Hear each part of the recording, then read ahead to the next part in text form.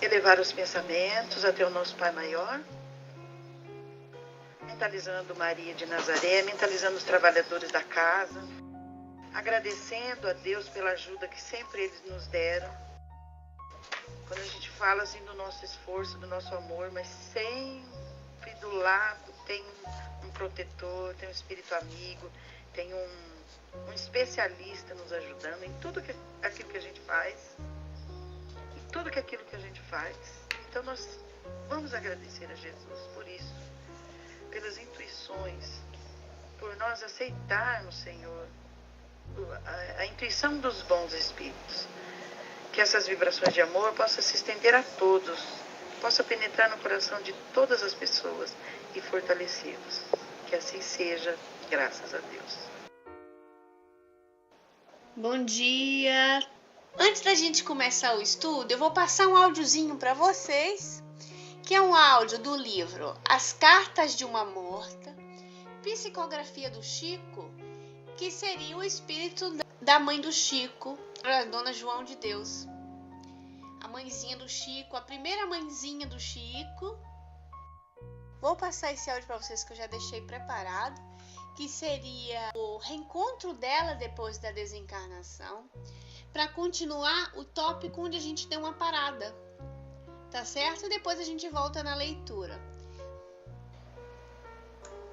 Muitos encarnados que têm ouvido as diversas explanações quanto à vida dos espíritos nos planos da erraticidade fazem como falsa concepção do vocábulo, imaginando que a existência errática das entidades se processa por jornadas intermináveis, sem um objetivo definido, sem uma organização que regule o fenômeno das suas atividades nos espaços.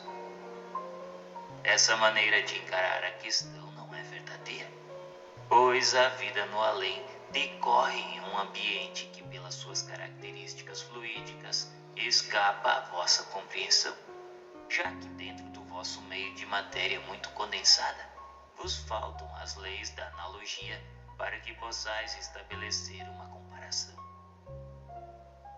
Na vida do espaço ainda existe a matéria, porém em condições totalmente diversificadas, numa sutileza para nós inimaginável, e constituindo verdadeira maravilha a sua adaptação à vontade dos espíritos. Lá também a sociedade se organiza, as suas leis predominam, as famílias reúnem-se sob os imperativos das afinidades naturais. Luta-se, estuda-se, no amálgama dos sentimentos que caracterizam o homem racional. Em outras modalidades, pois, a vida prossegue, e a única diferença é que a alma desencarnada não se vê tão compelida ao cansaço, em razão dos elementos da matéria rarefeita. Isso quanto às regiões da erraticidade, porque nos outros orbes a existência segue o seu curso, de acordo com as suas modalidades específicas, submetendo-se o eu a essas forças diversificadas, como por exemplo na Terra nos sujeitamos às suas leis físico-químicas. E foi nesse ambiente que iniciei a minha vida de após a morte. Decorrido o tempo inolvidável em que divisara a figura sublime daquele mentor espiritual que viera caridosamente balsamar as minhas feridas, e daquelas que formavam a grande turba de meus companheiros pela saúde e pelo sofrimento, embora me sentisse relativamente feliz, pressentia o coração pungido pela angústia da distância que me separava do mundo que eu deixara. Os laços afetivos, os hábitos, os pequeninos nadas de minha existência estavam inteiramente comigo. Um dos meus primeiros pensamentos de estranheza foi o de compreender que havia morrido e ao mesmo tempo conservar o meu corpo, o qual, segundo o bom senso, fora entregue à terra. Constatei que os meus pulmões respiravam e o meu coração pulsava com absoluta normalidade. Tais pensamentos afligiram-me. Preocupava-me apenas o isolamento em que me encontrava naquele ambiente, para o qual fora arrebatada sem um preparo prévio. É verdade verdade que me via envolvida numa onda de simpatia por parte de quantos se abeiravam de mim. Todavia, a minha angustiosa estranheza crescia a ponto de me fazer chorar. Nesse interim, elevei fervorosamente a minha prece a Deus, ouvindo em resposta a voz de um ser que me elucidava. Maria, minha filha, estás ingressando na existência real. Esquece tudo quanto se relaciona com os teus dias na terra e busca atenuar a saúde que te calcina, porque as portas do teu lar terreno fecharam-se com os teus olhos. Por enquanto não me podes ver, porém fui aquele que te orientou em meio dos labirintos do planeta que abandonaste. Eu era a voz que falava a tua consciência nos instantes difíceis, e fui o sirineu que te amparou nos amargos transes da morte. Acompanhei os teus passos quando te afastaste das trevas do sepulcro, e a minha mão estava unida à tua quando erravas na obscuridade da incompreensão. Desde o momento bendito que entendeste em verdade a tua situação, tenho espargido claridade sobre a tua razão e sobre a tua fé. Fazes bem em te voltares para Deus nas tuas dolorosas conjecturas. Os pensamentos da criatura concentrados nele em seu poder misericordioso organizam as faculdades espirituais, convergindo as suas possibilidades para a maior potência do raciocínio e do sentimento, atributos sublimes da existência da alma. O teu corpo, cuja organização te infunde a mais profunda estranheza, é o envoltório de matéria quinta essenciada, que constitui o invólucro sutilíssimo do espírito. Impressiona-te o fato de haverdes abandonado a forma corporal, conservando outra idêntica. É que não foste bem esclarecida sobre o problema do organismo espiritual, que, tomando as células vivas no imenso laboratório das forças universais, compila o conjunto de elementos preciosos da tua tangibilidade no orbe terráqueo. Então, bom dia a todos que chegaram. Eu estava, para quem chegou e não percebeu, estava passando a radionovela, o audiobook, do livro Cartas de uma Morta, que seria, se eu não me engano, o segundo livro da psicografia do Chico, o segundo. Então, como eu dizia para vocês, eu estava passando, para quem não chegou e viu o áudio só, já estava passando, é uma radionovela, um audiobook do livro Cartas de uma Morta, que foi, se eu não me engano, o segundo livro da psicografia do Chico, que eram cartas que a mãe dele, a primeira mãe dele, desencarnada, mandava para ele, certo? A Dona João de Deus. E é um livro muito interessante. Então, como o nosso estudo também é fazer paralelos com outras obras, seguindo o princípio da Dona Ivone, eu trouxe aqui para vocês essa passagem, que é o momento depois da desencarnação da Dona João de Deus, que era uma mulher católica, simples, muito simples de cultura, não tinha estudado nada, e desencarnou deixando o Chico muito pequeno. Ele tinha 5 anos quando ela desencarnou. Então, ela se encontrou despreparada para o mundo espiritual. Bom dia, Plênio. Um beijo a todo mundo que chegou, tá, gente? Se encontrou despreparada para o mundo espiritual, e o apego à vida familiar, a sua humildade, ela diz no primeiro capítulo, que era uma das coisas que mais angustiavam ela, era a ideia do desencarnar e ficar separado da família para sempre. Então, como nós estávamos tratando nos outros estudos, isso era de muita importância. Nós temos um preparo para encarar a vida espiritual com mais naturalidade, na compreensão de que a vida continua depois da vida. Foi o que nós tratamos a semana passada, não é? Falamos sobre as perturbações e falamos, com citações do Livro dos Espíritos, sobre a importância de ser espírita. Então, nós estávamos falando do que nós tínhamos tratado a semana passada e a relação da vida da Dona João de Deus depois da morte, certo a relação dela depois da morte. Vocês ouviram quando eu estava falando que ela era católica? Vocês chegaram a ouvir isso? Do despreparo dela? Vocês ouviram? Que eu tinha dito que ela era católica e do despreparo dela para a desencarnação e do que eu tinha trazido para vocês a semana passada, inclusive com citação do Livro dos Espíritos, no fato de ser espírita tem uma certa importância, vocês lembram? Que dizia assim, mas a melhor coisa são as ações no bem. Ela era uma boa alma, mas a falta do conhecimento, ela frisa muito isso, ela não era preparada. Então a falta do conhecimento para a vida depois da morte causou um determinado constrangimento nos primeiros momentos dela. Por quê? Porque era uma dos traumas que ela tinha, medos que ela tinha de enfrentar aquela situação da vida depois da morte. Mas não tem só isso. Ela vai trazendo para nós o que ela sentia, que a matéria era uma matéria quintessenciada, rarefeita, mas era matéria. Ela descreve também, por exemplo, que ela sentiu seus pulmões que respiravam com toda a força. Ela descreve, por exemplo, que ela estava se sentindo melhor em relação à doença e que também ela se via completamente, totalmente igual a como ela era antes. E isso criava uma certa confusão nela. A maioria dos espíritos passam por esse tipo de constrangimento. A massa passa por isso de se ver ainda de corpo presente, né? De se tocar, ver que respira, ver que tem batimento cardíaco e cria-se através disso aí uma confusão. Ou estou desencarnado, não estou. Cria-se todo esse drama. Muitas comunicações chegaram para o codificador, na época, de espíritos ligados à matéria, mais ou menos materializados, que relatavam a certeza deles estarem ainda encarnados, de bater boca. Muitas vezes com os médiuns, com Kardec, afirmando que ele estava vivo mesmo e que aquilo era uma brincadeira muito sem graça, principalmente para os mais materialistas. A mais, quem trabalha em reunião mediúnica sabe que isso, às vezes, é uma coisa mais corriqueira do que se imagina.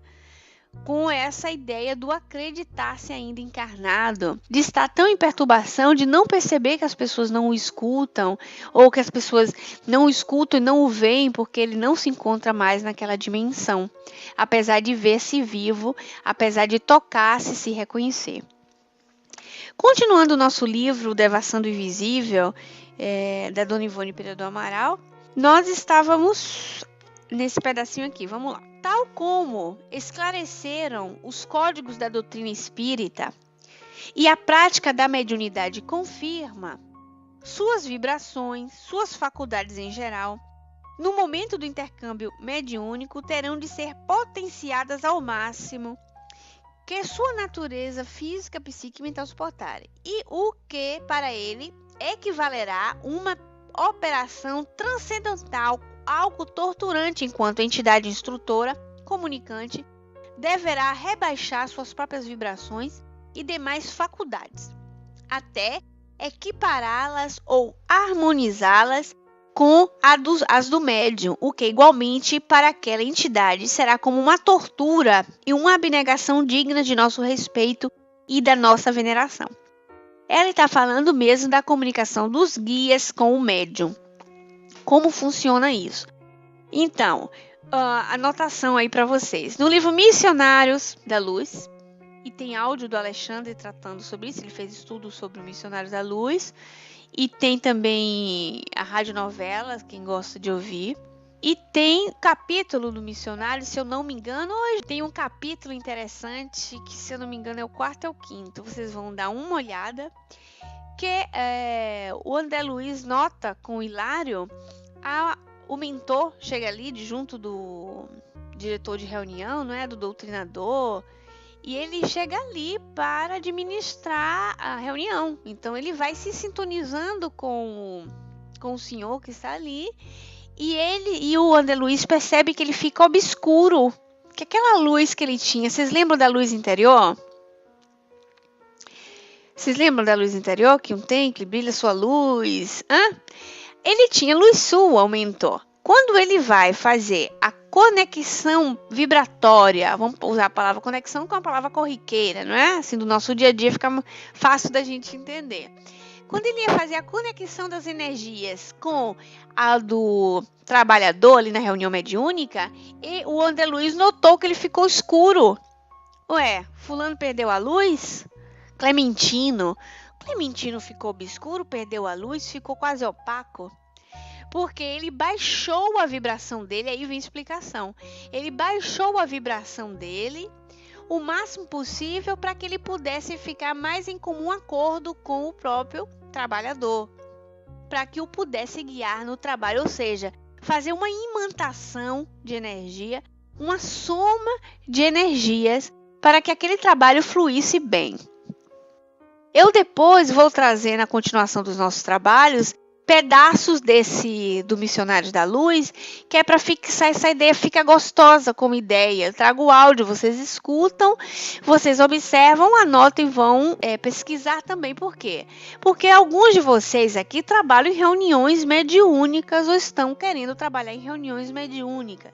Muitos já me passaram a ideia que são interessados no estudo, por exemplo, do Devassando Invisível, da Dona Ivone, para focar mais a mediunidade. Então, o nosso foco de trabalho vai ser trazer material possível para que nós possamos nos habilitar para lidar legal com a ideia da mediunidade, lidar com a mediunidade sem muito mistério, sem muito misticismo, né? Para a gente entender como funciona esse próprio mecanismo. Por sinal, o André Luiz tem aquele livro que chama Mecanismo da Mediunidade, porque é um mecanismo mesmo. A palavra mecanismo eu acho assim muito coerente, porque se a gente pensar, por exemplo, no mecanismo do relógio, quem já viu o mecanismo do relógio? Vocês conhecem o mecanismo do relógio? Alguém já teve a curiosidade de abrir um despertadorzinho quebrado para olhar dentro, um relógio? Vocês já viram? É genial aquilo ali, né, Diana? Eu acho assim genial. Às vezes eu fico olhando e digo, meu Deus, que coisa incrível. É aquele mecanismo que fica um conectado com o outro. Não funciona, não é? Porque para poder rodar, a engrenagem vai ter que estar bem colocadinha ali, um em cima da outra, os dentinhos para poder ir rodando. Então, a função das reuniões mediúnicas, se nós pudermos pegar como analogia, seria como um mecanismo de relógio. Cada pecinha ali é fundamental para que o trabalho flua da melhor maneira. Isso seja, dos desencarnados e os encarnados. Então, quando nós estamos tratando esse tema, e nós vamos tratar muito ainda dele, é porque vai dar uma força para nós que fora daqui do portal, que vai trabalhar com a mediunidade, se interessa de trabalhar no futuro com a mediunidade, e que isso fique muito claro, né, Joel? Pela faculdade que é assim tão natural, tão útil, como, e essa utilidade, como diz o Joel, vai da nossa intenção de colocar-nos à disposição do trabalho do Cristo, do trabalho do Consolador, que ninguém vem para trabalhar com a mediunidade por brincadeira, né? Sempre tem um compromisso nobre, uma intenção nobre por detrás dessa faculdade, e isso depende de nós mesmos, né? De como é que nós vamos dar o colorido para esse trabalho.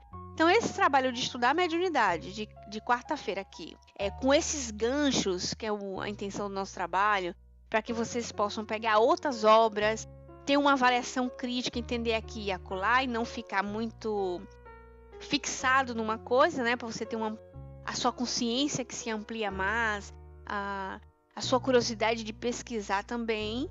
A mais, tem o trabalho da sexta-feira com a dona Célia, que está um trabalho muito lindo, e aí ela já traz um livro falando sobre a mediunidade dela, da prática dela de mediunidade, ou seja, nós estamos aqui na Maria de Nazaré trabalhando bem. Na segunda-feira, vocês trabalham a moral do Evangelho, de começo de semana. Na terça-feira, na quarta, esse aqui. Na quinta, era o Evangelho de Marcos. Nos domínios da mediunidade, exatamente. Na quarta, estamos aqui tratando da Devassando Invisível com vários ganchos de materiais possíveis. Na quinta, o Evangelho de Marcos, tratando sobre o Cristo, sobre as ações de Jesus no mundo, a mediunidade também, né, que explodiu nas pessoas, ele lidando com aquilo ali, e fechando na sexta-feira, amanhã tô falando, né, na sexta-feira de noite, Na sexta-feira de noite, o céu azul, então tem material bastante para que nós nos sintamos preparados e habilitados para lidar com a faculdade sem misticismo, sem mistério, sem nada assim do outro lado do mundo, né? Aquela coisa assombrada, que não é nada disso. Então, material suficiente, né, Maria? É o céu azul às 20 horas, a Maria está dizendo que na sexta-feira de manhã tem a Dona Célia, que está assim muito gostoso também. O sábado, domingo que tem transmissão ao vivo. Lá do centro, né? Que o Ali faz. E assim vai. Então a gente tem a semana toda de atividades aqui na salinha, focando esse trabalho de entendimento. Hoje, numa fase mais madura, nossa, de focar mais a mediunidade em si. Às 10 horas da manhã, né?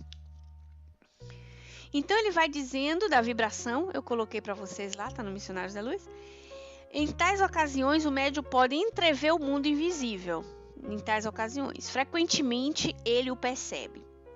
E o que enxerga ou aprende não consegue explicar integralmente, porquanto não dispõe o cérebro humano dos necessários recursos para uma transmissão perfeita. Então, por mais que o médium ele tente transmitir perfeitamente a visão do mundo espiritual, para ele falta o quê? Bagagem. Falta para ele instrumento claro para poder transmitir, porque a expansão da consciência dele, o entendimento de consciência dele no perispírito, a visão dele do espírito é uma. Quando nós voltamos para o corpo, nós interpretamos a vivência espiritual de um outro modo irrestrito. Às vezes você tem um sonho, vou pegar o sonho. Às vezes você tem um sonho assim, que você tem aquela sensação de ter feito tanta coisa, de ter visto tanta coisa, mas você só tem a sensação. Quando você vai pensar no sonho, o sonho é limitado, só tem aquilo ali, você quer lembrar mais coisa, quer vivenciar, quer relatar até sentimentos, cores e tudo, e você não consegue porque o seu cérebro não dá conta. Não dá conta. E é interessante, volta e meia eu conto essa experiência aqui. A Cláudia, por sinal, tá aí, dizendo que tinha sonhado comigo à noite. E ela tinha dito que a gente estava volitando e tal, assim, e me contando das cores. Aí foi. E eu fiquei assim, ouvindo, foi mesmo, Cláudia e tal. Que quando ela falou das cores, veio um flash na minha mente, assim, e eu lembrei do colorido que ela estava citando para mim, da beleza do colorido, que seria um colorido, vocês já viram aquela última televisão que tá vendendo nas lojas, aquela ali que a gente nunca vai comprar, brincando, gente, eu desejo que vocês comprem, mas assim, aquela que custa de um carro, mas você olha para ela e uma definição tão grande, cores tão grandes, que aí olhando para ela, fica, meu Deus, que coisa engraçada. A tecnologia já consegue transmutar a beleza das cores, mais ou menos que é a beleza real, que é o que os nossos olhos, através da retina, não conseguem perceber. Com aqueles detalhes, aquela percepção, aquelas cores. Você sabe, você tem que dar uma olhada, Cláudia, na loja. Curve, 3D Curve. Quem é, gente, que faz aquela televisão? Me esqueci. Eu sei que eu fico abestalhada, eu e meus filhos assim, olhando. Igual o cachorrinho na frente da televisão do cachorro. Vocês já viram? Fica rodando o frango lá e o bichinho fica ali. Assim sou eu. Admirando a beleza das cores. Porque você fica besta olhando mesmo, né? É muito bonito. Então, nosso cérebro não consegue conceber aquelas cores. Tanto que quando nós vemos esse tipo de tecnologia, nós ficamos abobalhados. Das duas, uma, ou das duas, todas. É uma lembrança das cores reais do mundo espiritual. Você fala, ai meu Deus, é assim mesmo. E o seu olhinho não consegue ver aquela beleza. E aí você se encanta, talvez, por uma saudade do que é real, né? Mas funciona bem assim. Voltando pro livro. Durante suas fugas em corpo astral, isso médium, pelo espaço em fora, o que ele vê e presencia com seus guias não é de forma alguma um aglomerado de sombras, o vácuo ou o invisível inexpressivo. E aqui tem uma notinha, ela botou assim, uma notinha embaixo. na colocação do inexpressivo. Vamos ver o que ela diz para nós. Em muitas reuniões de experimentação, é frequente o médium que obtenha comunicação ou outros que a elas assistem, que distinguirem um panorama ou ambientes mentais que circundam o espírito comunicante. Então, isso é muito comum, você perceber situações ao redor da reunião. Por sinal, tem um livro do André Luiz, que eu não sei se é Os Domínios da Mediunidade ou é o Missionários mesmo, que cada um vê uma imagem interessante, com mais detalhes, com mais beleza. Cada médium vai vendo, né? Que distinguir o panorama ou os ambientes mentais que circundam o espírito comunicante. Recentemente, em certa sessão para a cura de obsessores, realizada num centro do Meia, estado da Guanabara, durante a manifestação do espírito de um infeliz ébrio, que atuava sobre um pobre homem, chefe de numerosa família, impelindo a embriaguez, foram vistos pelos médiuns presentes um barril de aguardente em um cenário como de taverna, enquanto forte cheiro de álcool percebido por todos os presentes se derramavam na sala. Olha para o espírito sofredor. Então já tivemos experiências assim, de você perceber um ambiente. Se vocês forem no capítulo do Livro dos Médiuns, né? Segunda parte, capítulo 6, manifestações visuais. Pergunta... manifestações visuais é a 100, só que está dividida em perguntinhas. Então, pergunta 25. Todas as pessoas têm aptidão para ver os espíritos? Durante o sono, sim. Em estado de vigília, não. Estado de vigília é quando a gente está acordado. Quando estás dormindo, a alma vê sem intermediário. Qual é o intermediário? A alma vê por ela está livre, não vai precisar do corpo que tá pelo meio ali, atrapalhando, né?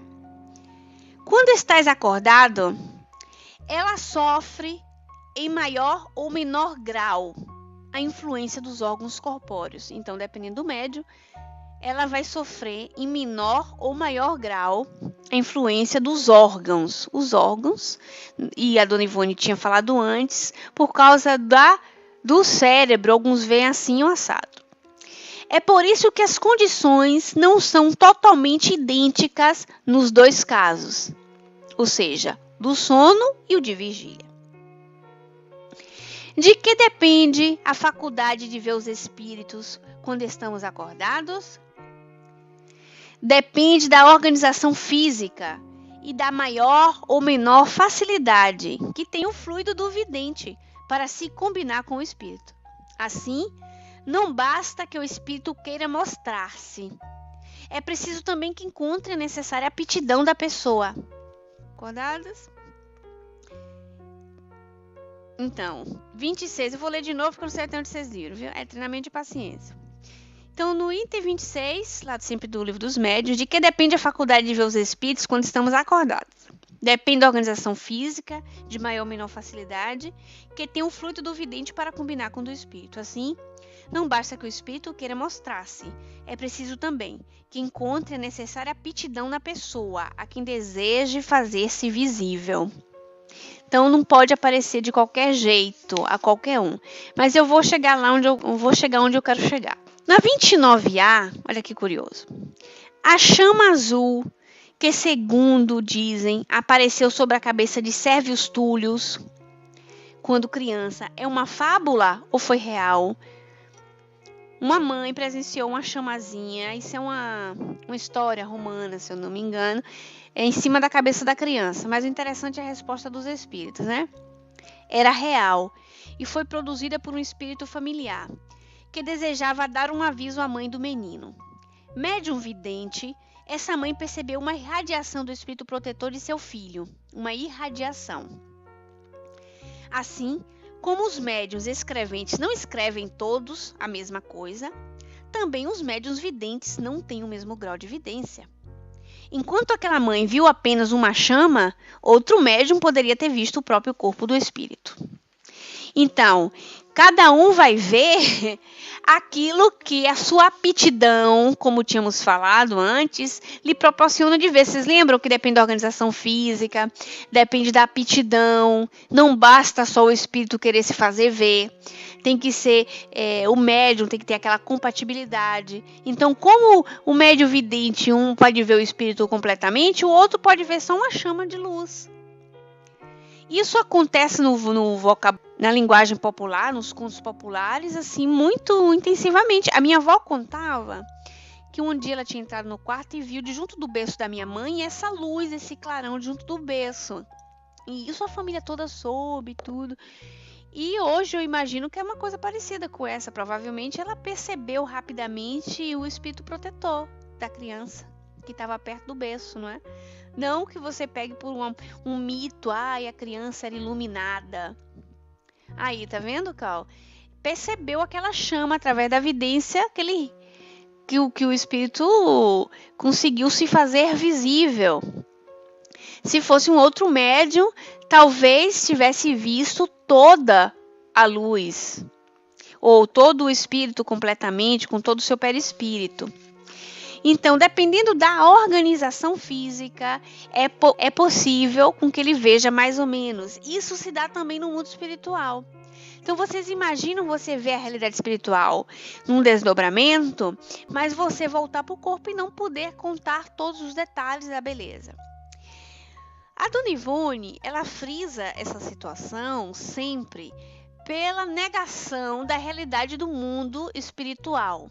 Pela negação, né? Pelos aqueles negativistas espíritas que negam. Então ela diz, olha, não é nada de vácuo. Por toda a experiência que o pessoal tem, não é de vácuo, não demonstra vácuo, ou seja, um nada.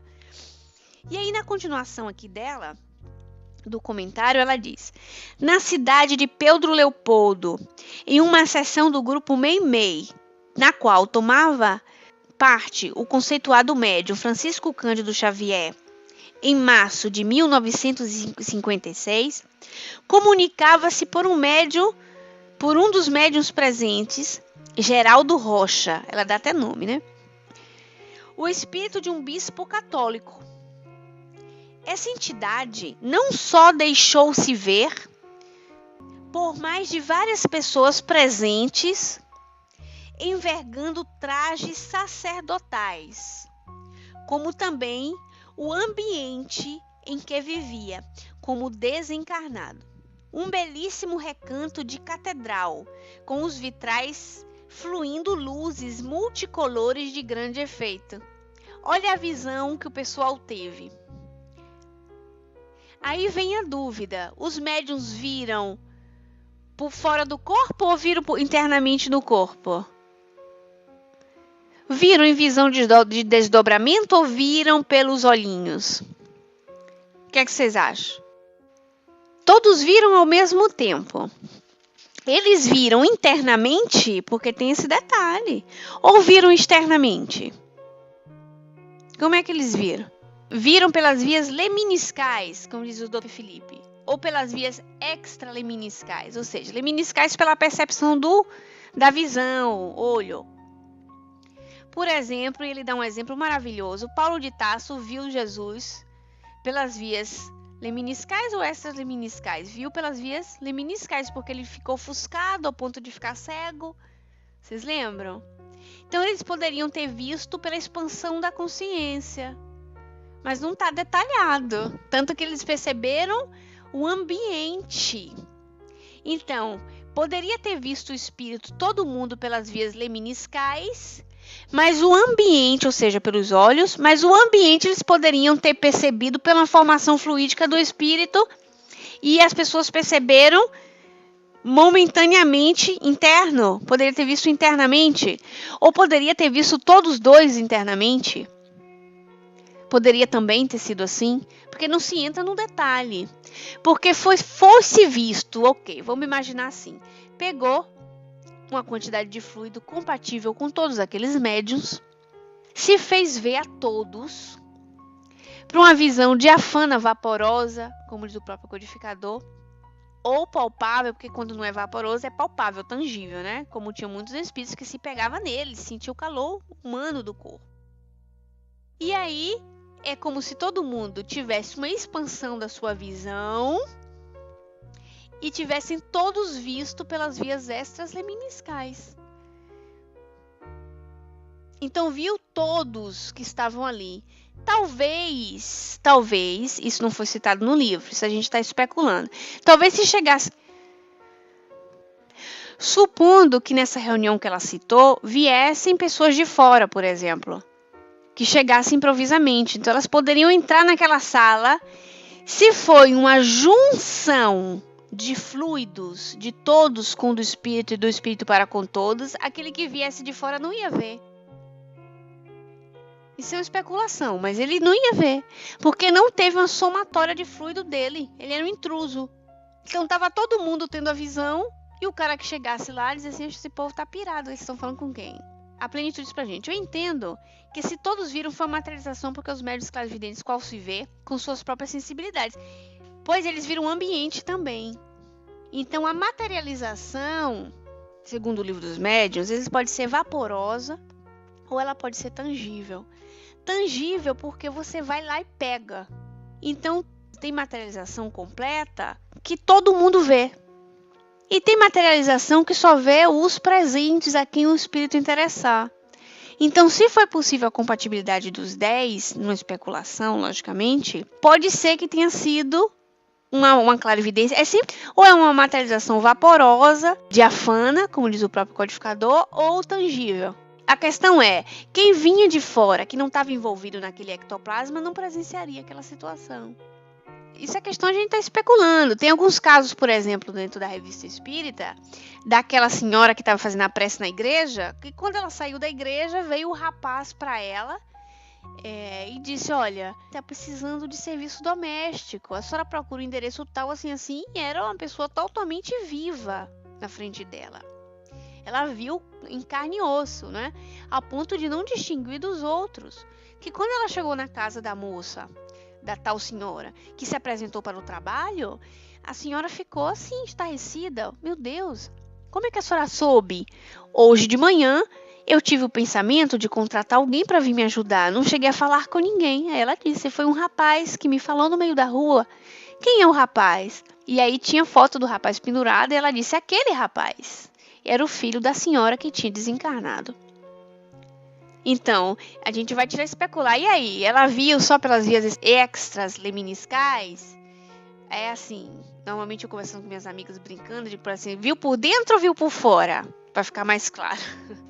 Viu por dentro ou viu por fora? Aí é questão de estudar as questões, né? A gente vai estudando assim para sacar como é que foi. Mas aí eu aproveito para trazer para vocês um trecho do Dr. Sérgio Felipe de Oliveira falando desse assunto, explicando melhor sobre essas vias extras leminiscais. Depois eu volto com vocês para dar continuação ao estudo.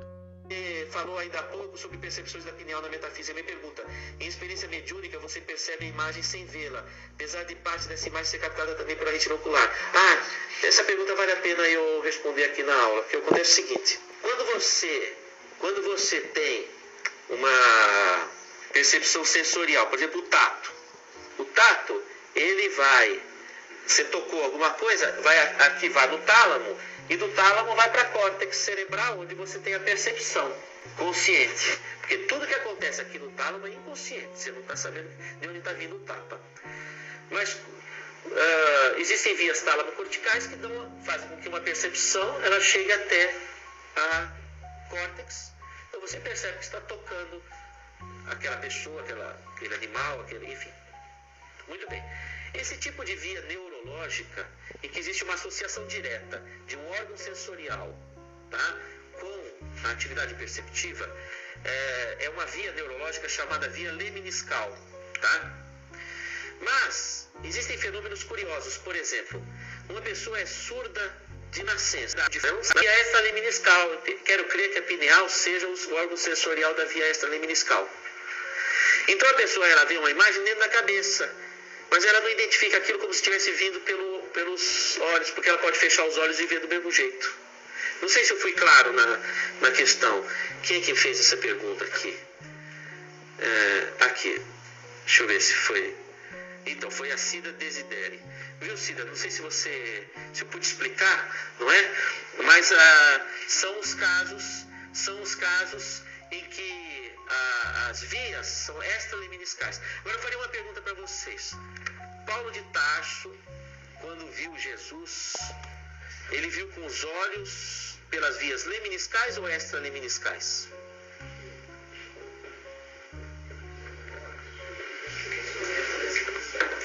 Quando Paulo viu Jesus, ele viu porque Jesus se materializou ou ele viu porque ele teve clarividência? Com os olhos, porque ele ficou... Porque você imagina, você leva um flash no olho, não é? Leva um flash no olho. Quanto tempo você fica sem enxergar quando você leva um flash no olho? Alguns segundos, não é? Imagina um flash da luz de Jesus. Segundo. Queimou a beça, não é?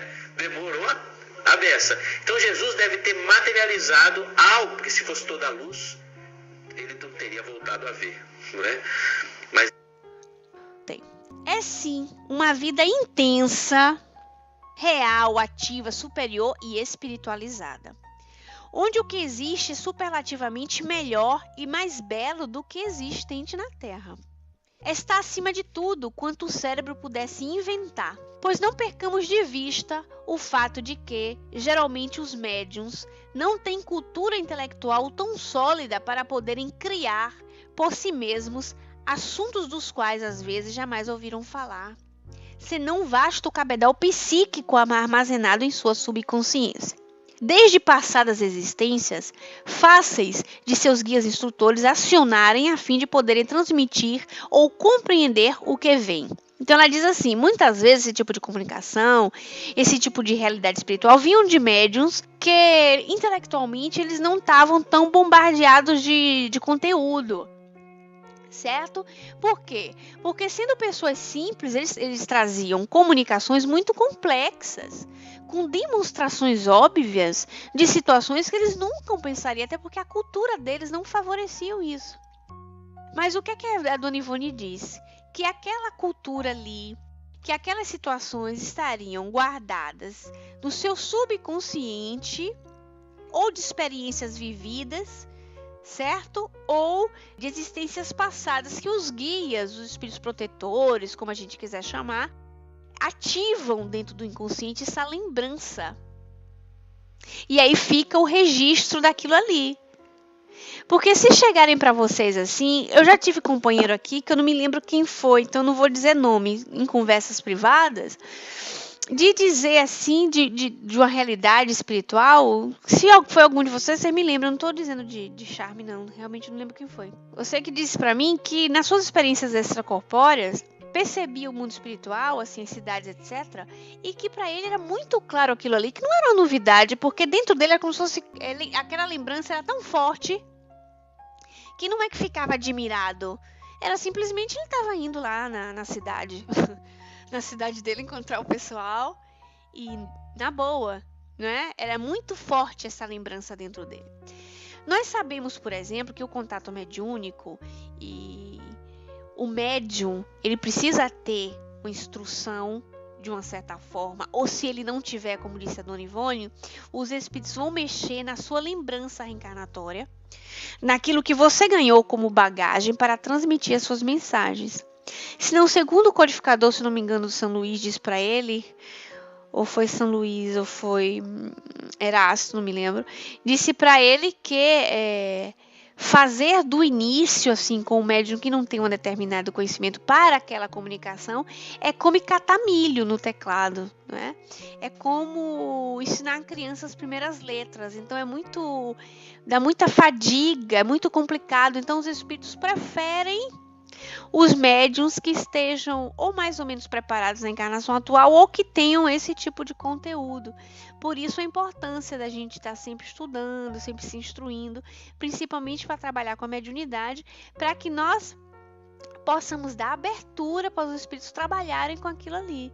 Porque eles precisam de uma bagagem no nosso cérebro para que eles possam desenvolver, porque o cérebro não é um instrumento eles vão precisar, não é? Então, é como se fosse um HD maravilhoso e vocês tivessem tudo aquilo baixado no HD de vocês com material suficiente para que vocês possam desenvolver um trabalho. Por exemplo, se eu quiser fazer um PPS agora, um PowerPoint, agora eu teria que ter música de fundo, fotos, tudo para eu fazer rapidinho um PowerPoint. Eu teria que ter já aqui dentro do meu HD, senão ia ser mais trabalhoso, né? Eu teria que ir lá, baixar, é mais complicado, demoraria mais e não daria conta de eu fazer. Se eu tivesse o material já no meu HD, eu poderia fazer um PPS de um determinado tema rapidinho, entre aspas, rapidinho, né, gente? Rapidinho, com muito menos trabalho, mais ou menos funciona assim. É lógico que são analogias simplórias que eu faço, mas assim, de fácil compreensão, não para vocês, até porque são áudios, fica registrado, fica gravado, não é? Então, para quem venha escutar mais para lá, que possam entender determinadas colocações. Sereia, um beijo para você, viu? Obrigado por ter vindo.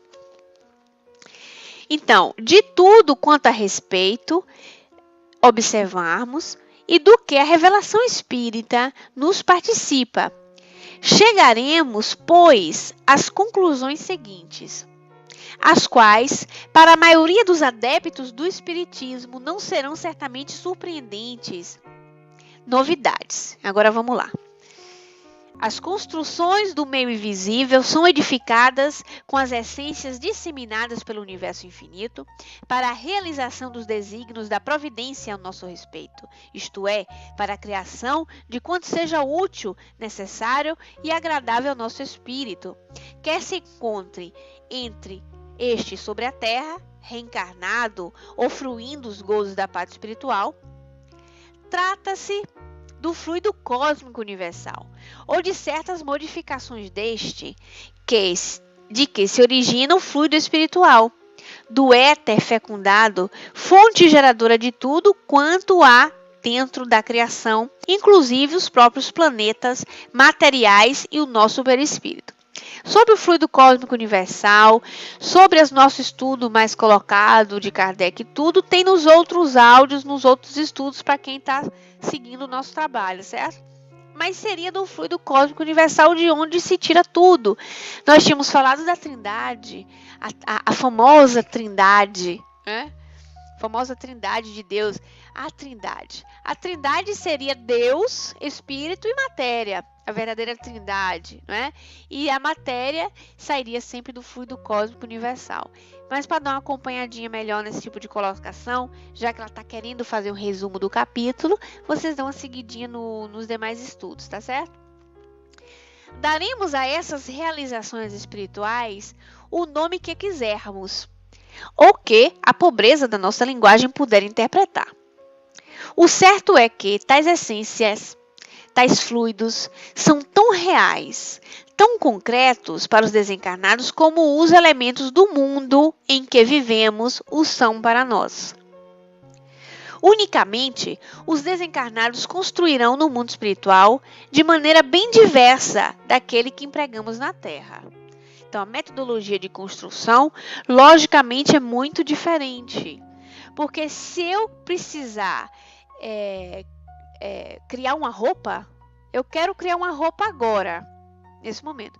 Eu vou precisar de um estilista para desenhar, porque o estilista vai fazer o desenho, vai entender de tecidos, vai entender a minha ideia de roupa. Depois eu vou precisar de uma costureira, vou precisar comprar os tecidos, etc. Vou precisar de uma costureira, ou seja, eu vou precisar de um trabalho material para materializar a minha ideia. Não é a Regina dizer pra gente de uma modelista e de uma costureira. Então, para materializar a minha ideia, o espírito não. O espírito, dependendo do meu grau de entendimento, porque muitas coisas o espírito trabalha inconscientemente para a geração de muitas coisas. Mas o espírito me apresento com a roupa que eu pensar que quero. Então, muitas vezes, o próprio codificador traz para nós que, às vezes, os espíritos se fazia ver e ele nem sabia, mas as pessoas chamavam ele, vamos supor, o mendigo tal que vivia na porta da igreja, Senhor dos Passos. Na cidade de vocês tem uma igreja Senhor dos Passos, né? Eu acho que toda cidade tem. Quando você evoca aquele espírito ou você pensa nele e ele quer se fazer ver, ele vai se apresentar como o mendigo da igreja Senhor dos Passos. Por conscientemente ele vai se apresentar com os trajes como ele era na vida de encarnado. Então ele também trabalha inconsciente. Se ele já tivesse agora, o Senhor já não era mais mendigo, era rico, era um... E se ele tivesse que reviver a situação de mendigo, ele tinha que pegar uma roupa rasgada ou rasgar a roupa, estragar a roupa, se sujar todinho, vestir a roupa e se apresentar como tal. Então precisa de um trabalho material. Para o espírito, não. Para o espírito, ele trabalha com o mecanismo mais importante de comunicação dos espíritos, o pensamento. Então, o pensamento para nós está construtor, logicamente. Tanto que nós criamos as nossas coisas, dos nossos sentimentos, nosso dia, nós precisamos pensar. Então, eu pensei na roupa, né, Regina? Mas eu tive que pensar primeiro. Deixa que eu vou precisar da vida material para transformar a minha ideia, materializar a minha ideia. Mas eu pensei, se eu quiser escrever um livro, né, Maria? Eu vou elaborar o livro, vou pensar nele, vou elaborar o livro e vou precisar de escrevê-lo. Vou precisar de um outro método de criação que ele é material, logicamente. Mas antes disso tudo, eu tive que pensar primeiro. Então, o pensamento é a ferramenta de construção do próprio espírito. No espaço, como aliás na Terra, a vontade é soberana, o pensamento é motor, é produtor, é criador. Olha só, reúne-se, por exemplo, um grupo, uma falange de espíritos evoluídos que resolvem criar uma comunidade social no espaço, destinada a acelerar seus trabalhos e iniciativas em prol do progresso e do bem comum. São espiritualmente homogêneos, dotados de elevadas capacidades morais, intelectuais e artísticas, além de serem técnicos no assunto. Seus pensamentos vibram unissonos, de que resultam irradiações e movimentações poderosas, coordenadoras, intensas até o deslumbramento e ao incompreensível para nós outros, os mortais inferiores. Eles já teriam programado o que desejam produzir, ou seja, eles pensaram primeiro, né? Uma escola para a reeducação geral de espíritos frágeis que delinquiram nas experiências terrenas, um asilo ou reformatório, um hospital para o reajustamento mental ou vibratório de pobres sofredores que partiram da terra envoltos em complexos deploráveis, um palácio para reuniões solenes, uma cidade. A força motora dos seus pensamentos, poderosamente associados e disciplinados, irradiando energias cuja natureza o homem ainda não poderá conceber, agirá sobre aqueles fluidos e essências e edificará o que antes fora delineado e desejado. Eu vou dar uma paradinha aqui. Então, são os espíritos superiores de moral, de intelectualidade e técnicos que mantêm as cidades espirituais. Não somos nós, Juliana, pobre mortal, que vai chegar e vai construir uma cidade espiritual. Juliana pode construir, sim, limitadamente a sua capacidade, aquilo que seja do uso de Juliana, como do uso de Dona Edna, como do uso da Maria, aquilo que é o do nosso pensamento, aquilo que está no nosso pensamento. No próprio nosso lar, se vocês forem dar uma olhada num daqueles bate-papos de Lísias com André Luiz fica ali encabulado como é que o nosso lar era tão elaborado, tão bonito e tão organizado politicamente falando, socialmente falando. E aí o Lísias diz para ele que quem mantém o nosso lar equilibradamente ali, com todas aquelas construções, são os espíritos superiores que organizam. Por quê? Se nós espíritos comuns emanamos as energias para que aquilo aconteça, é necessário os espíritos especializados para efetivar aquilo ali. Vamos supor que nós dessemos o cimento, os tijolos e nós precisaríamos dos arquitetos, dos pedreiros, né? Das pessoas que tivessem a capacidade para maquinar, para poder efetivar aquele projeto. Então, é o que a Dona Ivone diz para nós. São os espíritos superiores que os mantêm. O próprio Nosso Lar se fala disso. Nos outros áudios vocês podem dar uma procurada. Tem as citações dos livros do Ernesto Bozano, que ele vai falando daquela experiência, eu lhe digo até de que espírito do Rodolfo Valentino, aquele espírito do Rodolfo Valentino, que se comunicava lá na França, na costa, né? Vocês lembram, com a esposa? E ele dizia que ele poderia criar uma flor, criar as coisas para o seu uso naquela época, não espíritos não espíritas, né? Para dizer que isso é uma ideia espírita. E que as coisas complexas que estavam ao seu redor, as cidades, eram mantidas por espíritos superiores, por espíritos que tinham mais a capacidade. A dona Edna disse pra gente ali. E muitas vezes também para a nossa identificação, assim, para nós nos identificarmos como identidade, né? Sobre a identidade dos espíritos, e sempre nesse capítulo Manifestações Visuais, vocês podem dar uma olhada. Kardec fala disso aí, que se apresentam assim um assado para dar certeza das suas identidades, ou seja, eu teria que aparecer relativamente como vocês me conhecem, não dava para eu aparecer com 1,80 m, cabelo comprido, cacheado, preto, dentinho perfeito, porque vocês vão dizer que tem qualquer coisa errada aí, né? Não é Ju. Eu teria que aparecer, né, assim, com o dentinho torto, 1,65 m, 1,63 m, porque 2 já foi com os discos que reduziram. Tô falando por causa de Carla, viu? Porque ela ia dizer uma piada aí, eu já cortei logo a dela.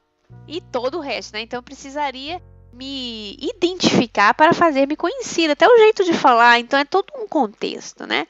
Então, semana que vem, nós damos continuidade ao nosso trabalho, espero que vocês estejam presentes, participantes como hoje, que a alegria nossa de estar aqui fazendo esse trabalho é a presença de todos, a participação de todos, que seria de nós sem vocês, tá certo?